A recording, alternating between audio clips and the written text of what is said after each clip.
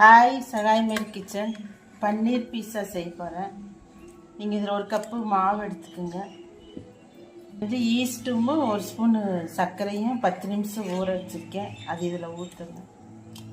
Vegetables எவ்வளோ வேணுமோ அவ்வளோ எடுத்துக்கோங்க. நான் ஒரு குடமிளகா, 2 கேரட்டு, ஒரு பல்லரி எடுத்துருக்கேன். இது மாதிரி நீளமாக கட் பண்ணி நல்லா மிக்ஸ் பண்ணி தண்ணி ஊற்றி நல்லா பிசைஞ்சு வைக்கணும்.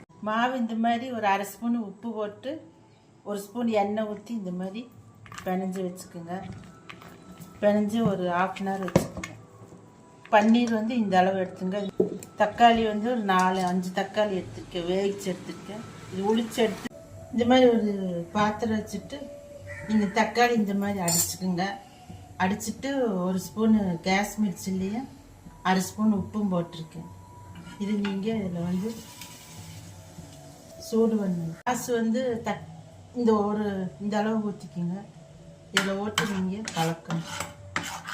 டொமேட்டோ சாஸு இந்த அளவு ஊற்றி 2 நிமிஷம் விளக்கிட்டு அப்படியே ஆஃப் பண்ணிடுங்க. சாஸ் ரெடி ஆயிடுச்சு. லைட்டில் நீங்கள் இந்த ஒரு ஸ்பூன் நெய் இந்த தடவை தடவி, நெய் இல்லாட்டி எண்ணெய் உங்களுக்கு எது வேணாலும் தடவி,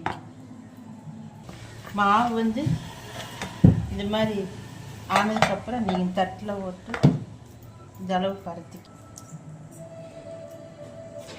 இந்த மாதிரி நீங்கள் பருத்திட்டு ஸ்பூனில் இந்த மாதிரி குத்தி விட்டுக்குங்க. அப்போ தான் உள்ளே எல்லாம் வேகும். இட்லி பாத்திரத்தில் வச்சு இது தட்டு வச்சுருங்க.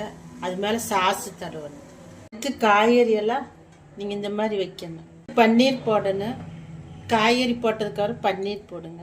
அடுத்து சீஸ் போடணும். சீஸ் நீங்கள் இந்த மாதிரி பிச்சு போட்டுக்குங்க.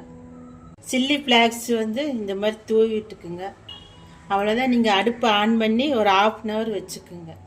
பீஸா ரெடி ஆயிடுச்சு. நீங்கள் இந்த மாதிரி ஆனதுக்கப்புறம், சூடு ஆனதுக்கப்புறம் இந்த மாதிரி எடுத்து பிளேட்டில் வச்சு கட் பண்ணி சாப்பிடுங்க. இது நல்லா டேஸ்ட்டாக இருக்கும். இது மாதிரி செஞ்சு பிள்ளைகளுக்கு கொடுங்க. நல்லா விரும்பி சாப்பிடுவாங்க. இது மாதிரி நீங்கள் செஞ்சு சாப்பிட்டு எனக்கு எப்படி இருக்குன்னு கமெண்ட் பண்ணுங்கள், லைக் பண்ணுங்கள், ஷேர் பண்ணுங்கள், சப்ஸ்கிரைப் பண்ணுங்கள் ஃப்ரெண்ட்ஸ். Okay friends, thank you.